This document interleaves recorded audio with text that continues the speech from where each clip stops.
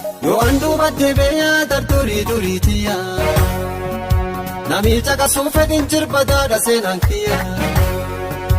akkuman jirsunitti na jaalatti waaqii kiyya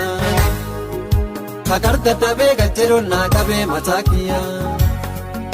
ani yoo burrirra yaa'u asaasi diinaa kiyya narratti raaressuu fi dhugeeffachaa tiyya dubbiin atiin guldeemtuun hin garuu siin geessitu gatii dadhabbii teeti beekuma siin kennitu atonni na gargaaru baatellee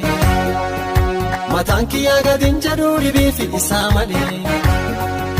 inni an dhugeeffadhee borillee dhugeessu amanee duraan yaamee harkaraatti nan hambisu akaarra nan himne harkamiin alisaa galaanni nan liqimsuun isaan na taaqisiisa.